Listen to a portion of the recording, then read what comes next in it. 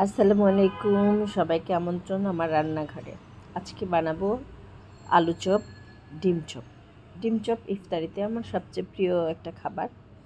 আমিও পছন্দ করি, আমার ছেলেও খুব পছন্দ করে, তাই আমাদের মা ছেলের জন্য আজকে বানাচ্ছি আলু দিয়ে ডিম চপ।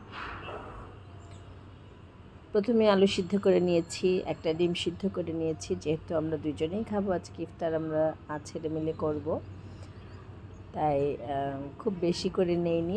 আলুটাকে ছিলে নিয়ে শুকনো মরিচ, ভাজা গুঁড়া, লবণ দিয়ে ভর্তাটা করে নিলাম। তারপর ডিমটাকে 4 টুকরা করে নিচ্ছি। যদি 2টা করতাম তাহলে অনেক বেশি বড় হয়ে যেত, এর জন্য 4টা করে নিলাম। অনেক সময় এটাকে 6টাও করা যায়, আমি আজকে 4টাই করলাম। আলুটাকে এভাবে হাতে রেখে একটুখানি মাঝখানে জায়গা করে তারপরে সেখানে ডিমটা দিয়ে ব্যাস আলু দিয়ে মুড়ে দিলাম।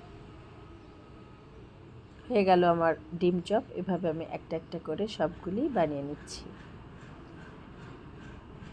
অন্য সব ইফতারির থেকে আমার কাছে আলু চপটা, এই ডিম চপটা বেশি পছন্দ।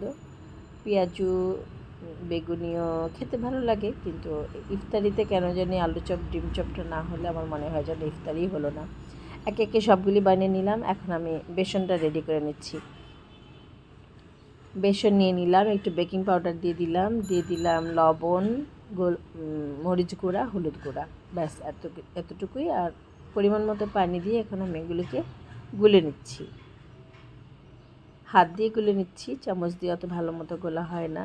আসলে হাতের বিকল্প কিছু নাই, তো যাই করি না কেন, বলি না কেন, হাত দিয়ে মাখানোটাই সবচেয়ে পারফেক্ট হয়। মেখে নিয়ে এখন আমি চুলায় তেল গরম দিয়ে দিয়েছি। একটা একটা করে ডিম চপগুলি এই বেসনের মধ্যে ডুবিয়ে নিয়ে তারপরে আমি এগুলিকে তেলে ভেজে নিব।